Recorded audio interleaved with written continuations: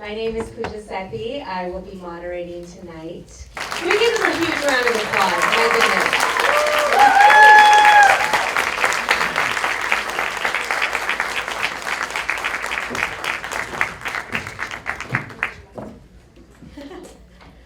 So, truly, so much to unpack in that movie. I don't even know where to begin. I will introduce myself first. My name is Pooja Sethi.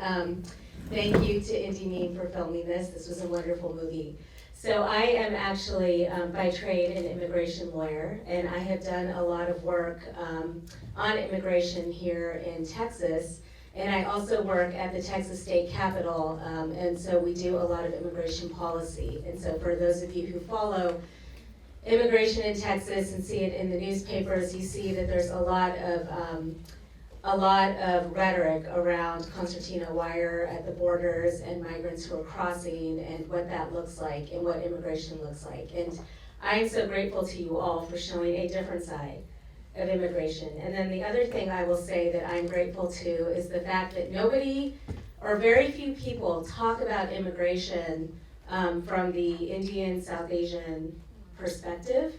It's usually talked about, at least here in America, from the our bordering countries. But what people don't realize is there are a lot of South Asian immigrants here in the country, and there's a lot of undocumented people here in the country. So we know that what we saw, there was so much to unpack. And one of the themes that I saw throughout are things that you had put in the movie about the truck and how they pick up the workers and everything. I mean, those aren't things that we usually, like the average person knows unless you're truly in the underground world of immigration and being undocumented. So tell us, why this movie, why now, and what led you here? So firstly, I'd just like to, on behalf of myself, Adil, and everyone who's part of our film, thank you all. We understand time is very precious, and you've all, driven down here and watched our film and supported the festival. So that means a lot from all of us. So thank you first of all for that. And to answer your question, I feel like this film is very personal because this whole idea or the whole concept of this film came from both mine and my sister's, who's Syam, who's the writer of this film, and our personal experiences. It's long story short, we moved to the UK when I was around 10, and I remember I wasn't quite keen on moving to the UK because I had a lot of friends in Kerala. Originally I'm from Kerala, and I was quite set and happy with how things were. And then my sister kept saying, "Oh, imagine all this," from the unrealistic expectations of what London could be like. She kept saying it's going to be posh and it's going to be really fancy. And I had this dream. We both had this dream of this is what we're going to see.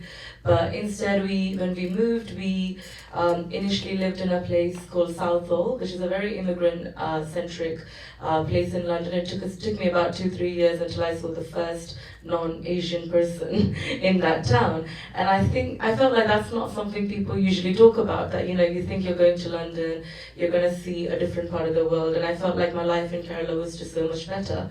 And this whole concept of Raghu coming over to, because there's this question of, logically, why is Raghu so stupid? Why did he get scammed?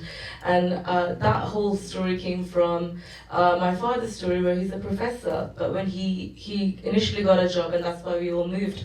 But despite him having done all the background checks, etc., he found that job that he was promised was quite shady and it's not really there. So we had to kind of realign ourselves, and I had to go through some of the experiences that I'd seen. Though there's a lot of in-depth information we've shown, but we also went through living in shared accommodations, and these are a lot of stories of people that we saw around us. And the invisible community really stood out to us, because these are people who work for £1 or £2 an hour, while the national minimum wage is about £8 or £9, because they just don't leave anything behind, not even their footprints, the whole point of the thing. So we felt, what if somebody from this community goes missing? How do they go about it? And if I'm being very honest, this is a story I think that's kind of got us into filmmaking, and because we feel film as a medium is so powerful, and just convey a story like this, a medium like film would be most suitable. So that's the answer. Sorry, it's a bit long, but that's the whole story behind this film. No, that's amazing. And I have to tell you, this is the second time I watched the film, and again, as an immigration attorney, the things that you touched on, I mean, while they may feel shocking to people who don't know, they're very, very factual. I mean, you did an excellent job of bringing out the major issues that people face. So, Adil, can I call you Mr. Hussain, because I'm a little bit of a fan, so I want to give you that respect. Thank you. You call me Adil, I'll be very happy. Okay. Were you surprised when you read the script, heard about the movie, and what brought you to this movie and brought this conversation? Because this is a little bit of a controversial conversation in our society today. So what brought you to this movie, and what inspired you to do this? First of all, I think the authenticity of the organicity of the script, and the progression of the character, how organically and credibly it's written. And I think as Indians living in a huge country, for me to come from a small little town in Assam of 30,000 population and to come to Delhi itself was shocking. And it's almost like an immigrant in Delhi, culturally shocking, linguistically, and in every sense of the word. It was almost migrating to another country. And the way I was treated as well. So it's very close to my experience of when I moved from my small hometown to the capital city of Assam, I had experienced all kinds of how do I put it lightly? I'm just trying to find a graceful word for it. All kinds of differences, if I can put it that way. So, but to explore that as in the context of transcontinental migration, I think was very, very important. It's an important story to tell, because in India, most of the films which are being made on people, those who live abroad, are very rosy and with a lot of gloss and glitter. We don't see these aspects, what actually they go through, the plight and the trauma and the misery that they go through.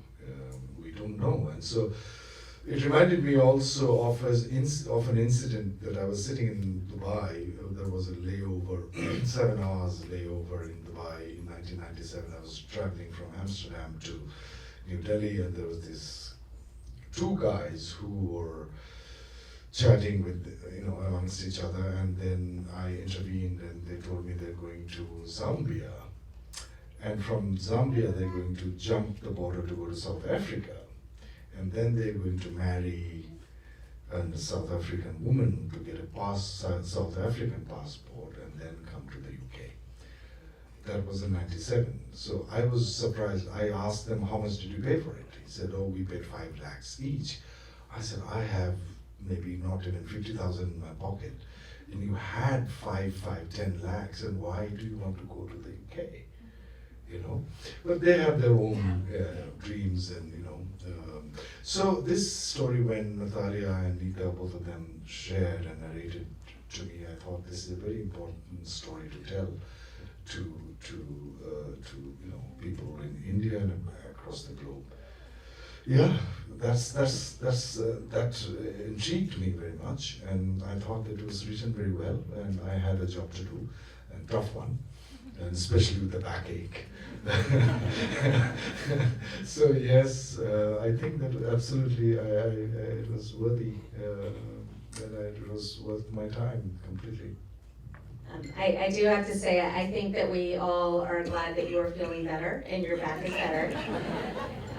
One thing I do have to ask, exactly how many languages do you speak? Because that was quite a few in the movie itself. I fluently speak 4 languages: Assamese, Bengali, Hindi, and English. And the rest of the languages I sort of pretend to know.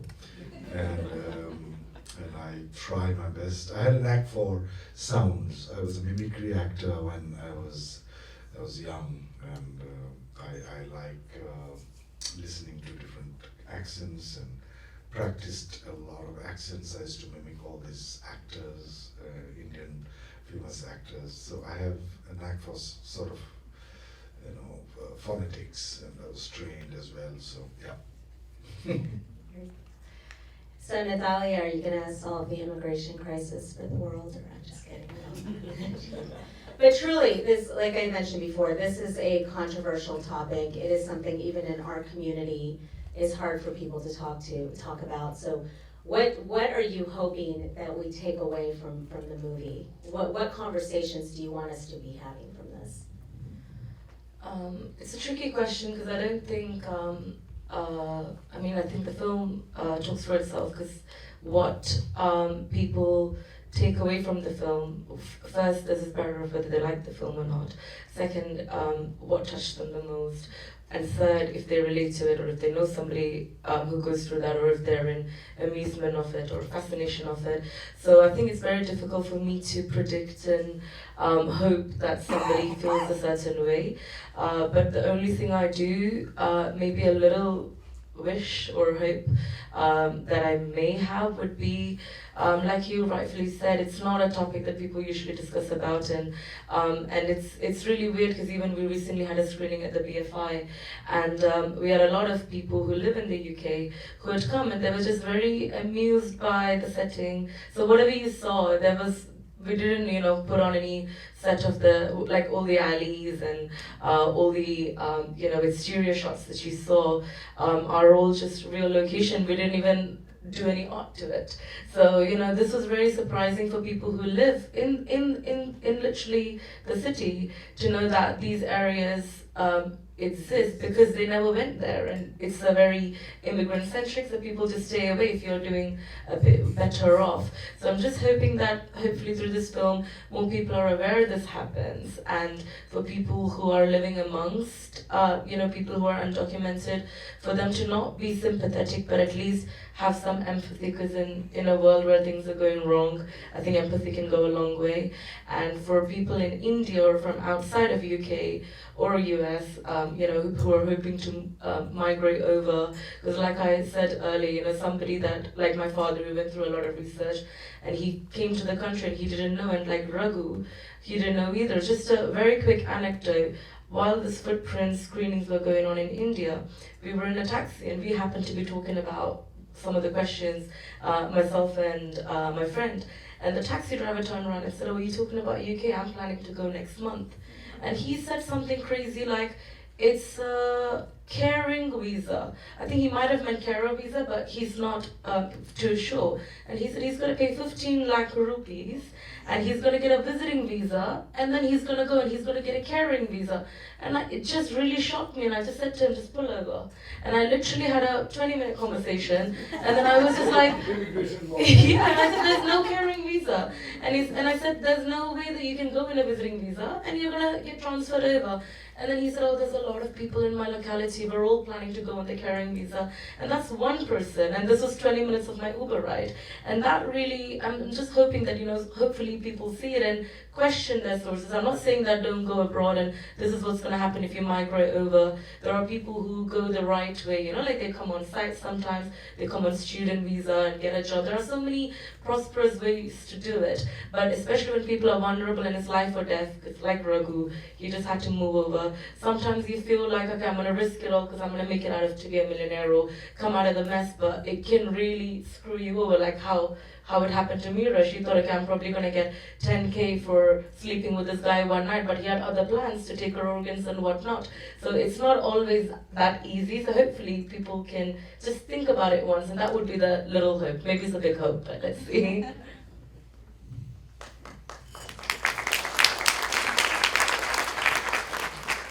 I'm going to ask the same question of you, because like I said, this is a very important conversation. What do you hope people take away from this movie? What conversations do you hope? And I'm just gonna put a little plug in there. Open it for the audience. And I will open it right after my questions. So sorry, guys, but I'm very curious about this. The socioeconomic difference of, and that was pretty prevalent in the movie for immigrants who are, you know, lower income versus people who have more money. And I don't know, is this valid that the family the family who had the son who was getting married, were they immigrants as well, and then were they meant to be immigrants as well, and then just were wealthier, just led a different life? I'm just discussing that difference. Yeah, so with Arvind's family, clearly they've been here for quite some time, but they, even with, you know, Arvind's parents' accent, we wanted to show that they just deal with all the undocumented people. They rent houses out to them, and they've got that little dodgy little setup, and they've clearly been here. They say, you know, their backstories that they've come from, they've been there for quite some time, and they're quite wealthy, but clearly Arvind's got his few bits going on, and they just wanted, for the society, they just wanted to marry somebody off, so then they feel like, okay, he's doing this, but I don't think, you know, he had any intention of changing his ways or doing anything like that. So it just happened that they moved over many years ago. They were clearly wealthier, probably bought properties like many of us do abroad when things were cheaper, and it just worked for them. But right now, to, like, you know, you forget the immigrant crisis, even right now, you know, youth in London, report says that it's very unlikely that probably 10% of the people can be first-time homeowners, because with the minimum wages and the average salary, it's just not going to cut it. So this is something that we try to, it's a very good question, and I don't think it's been touched upon before, but it's something to think about, and, you know, whether it be the privileges the time can, you know, bring to you. Questions from the audience? Over here. Yes. And now I don't know the mic. Can everyone hear me? Yes. Very good, sir. First of all, Natalie, thank you. Powerful narration. I hope that one of these days you'll be looking at the US and also try to make a movie based on the way you are looking at things. That will be amazing. Thank you. Secondly, Adil, very powerful acting, much appreciated. Was wondering how long did it take for you to prepare for that role? Very immersive, very wonderfully done. So, tell us, how did you prepare for it? Thank you.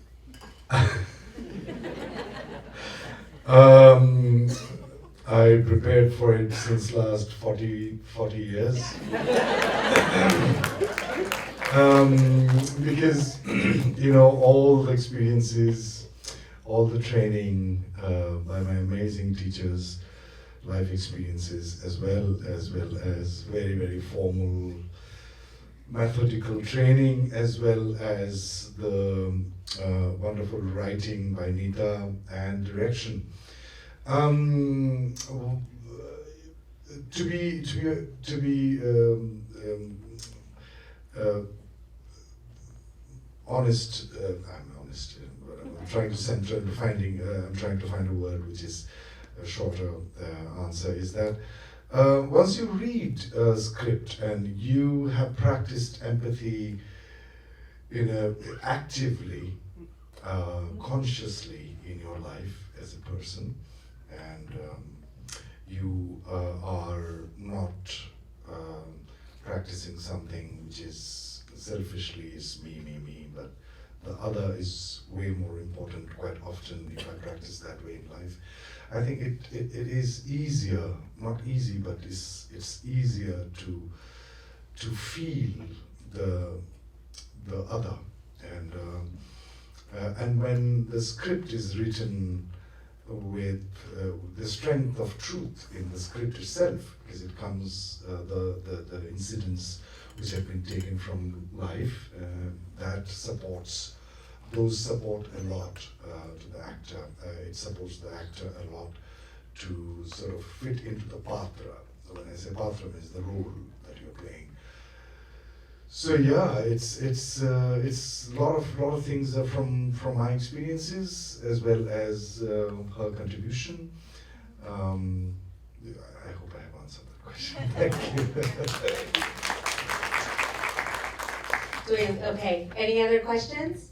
Go Oh, I see I two. think Go this for it, go for movie is going to be a real eye-opener for a lot of people from overseas who want to venture abroad, see on the dark side too what can happen. And I think it's a very good, realistic view.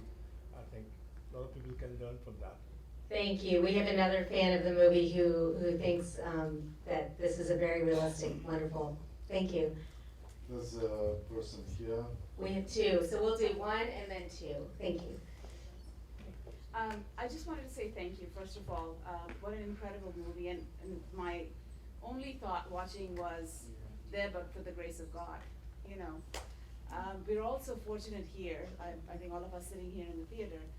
So my only question for you is, for those of us that are in a position to, practice empathy, but also take the message from this movie out, what conversations do you want us having beyond the theater, that could help, at least help inform people? I think, like, first of all, especially for people who are in a position to help out, I'm not saying in terms of, donating for the undocumented migrants or supporting them. Just few bits, like, say, if you've got a friend or somebody you know, or the grocery store you go to, and you know that they've employed undocumented migrants and paying less than minimum wages, that's a conversation that could be, brought out. Or if you know that if somebody's having a really shitty day and they're in the tube or the bus and, instead of just sort of judging that, okay, they're ruining my day too, maybe they're probably going through all this kind of stuff. And like I said earlier, it's just about this, with the example I said earlier, the screening at the BFI, they said, oh, which area of Birmingham is that? Walsall, where is that? And I think it's very ignorant to live in a country for all your life and to know that maybe 15-minute drive away from yours, you don't know this exists. But equally, the community in Southall where we lived, I remember there's a huge majority, though London Eye and Big Ben is about 20-minute by train away, they've never been because they're so scared, they're so comfortable in the immigrant setup because they feel very secure there. But the minute they go out, they're seeing things a little posher, it's not a place that they're comfortable with. So it's sort of helping break that barrier down, and especially if they're vulnerable, to kind of, just talk about how, because I don't think this is going to change overnight, because you're talking about millions in numbers of undocumented migrants, but just that little empathy can hopefully go a much longer way than we think, and just sort of challenging, asking, and engaging in questions where people who are of power, who control them in a way, because it's modern day slavery, and most of the time the people who control them are in more privilege. So if we have access to them, we can question that, hopefully. I have a quick question. We had someone, sorry, The someone in the middle waiting patiently. Hi, that was an amazing movie. Thank you. Thank you, Nathalia, for telling the story. Thank you, Adil, sir, for this wonderful story. And thank you, Pooja, for coordinating this and moderating this. My question is a little bit technical. What was the biggest challenge while filming the story? I understand it is a very gut-wrenching story and you are in that zone filming this. So technically, people-wise, my question is for both of you. What was the biggest challenge that you had while filming it and I mean, I think the least of my challenges was the emotional side of it, because for me, because I used to work as an AD before as well, I was just looking at what shot next, what are we gonna do next, and as we know, I mean, if some of you may know that we don't always shoot in chronological order, so I just think I'm gonna just worry about the scene and then edit it later. So emotional side of things, I would just switch off from that and worry about what I'm shooting the next day or if there's any improvements we could make. But for us, the biggest challenge in one sentence is we shot in Tier 4 lockdown during COVID, and we were the only British film to be filming in the UK at that time, and by the end we all got sick except for Adil. So.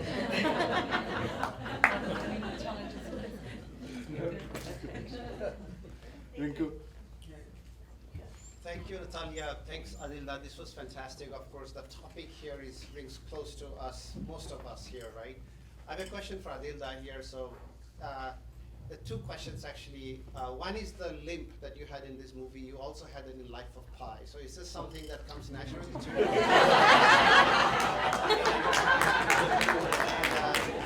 Second one. The second one is always I wanted to ask actors like you. So, this was a very challenging role, right? So, you of course dedicated yourself and to that role.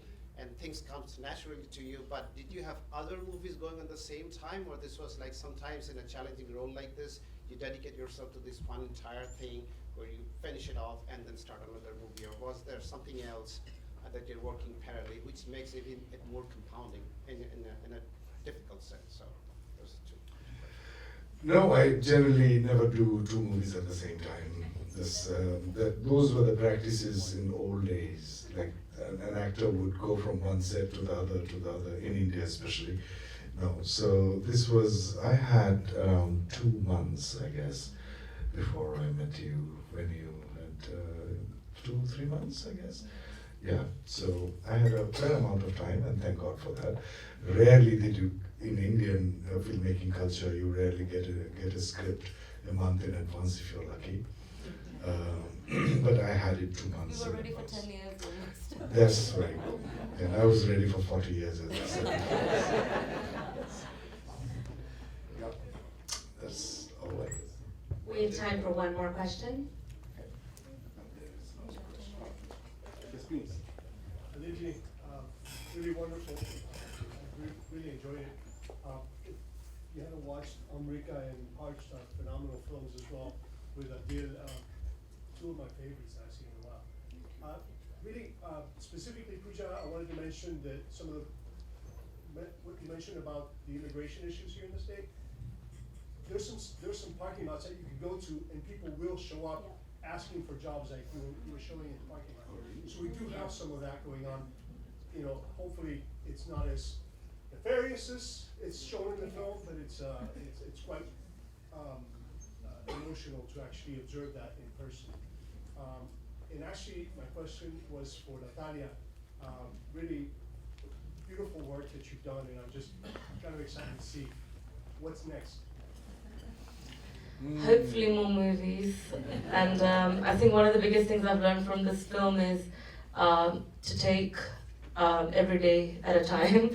So I'm hoping, as creative, as people who wants to work in the creative industry, and I'm sure a lot of people in the audience who work in the industry can agree that you continuously keep developing things, you continuously keep working on things, and when it happens, but hopefully for me and collaborating with Nita, we're working on a Malayalam feature, which is our home, which is where we're from, because we've always wanted to do something in Malayalam language. Then we're also developing some other bits, and I think every other day I'm trying to keep it fun in my head, but when it happens is usually what I say. Wonderful. I will ask, I have one, very sorry, Olga, one, because you know it's me, and you know what I do. Do you both agree that by voting in your elections is one way to get civically engaged and get involved in issues like this to change policies? By voting and getting involved with your elections and getting civically engaged with what's going on in the country is one way, if you want to see change in a country, to get involved. You can say yes. I thought we were talking about films. Yeah, I think it's very, very important. It is one of our sacred duties as a citizen of any democratic country to vote. Yeah, absolutely. Yes. Well, I do think your film brings up a lot of important issues. Thank you. Am I allowed to say this is one of my favorite films you guys ever brought in? Okay, well, I will say that. Thank you so much.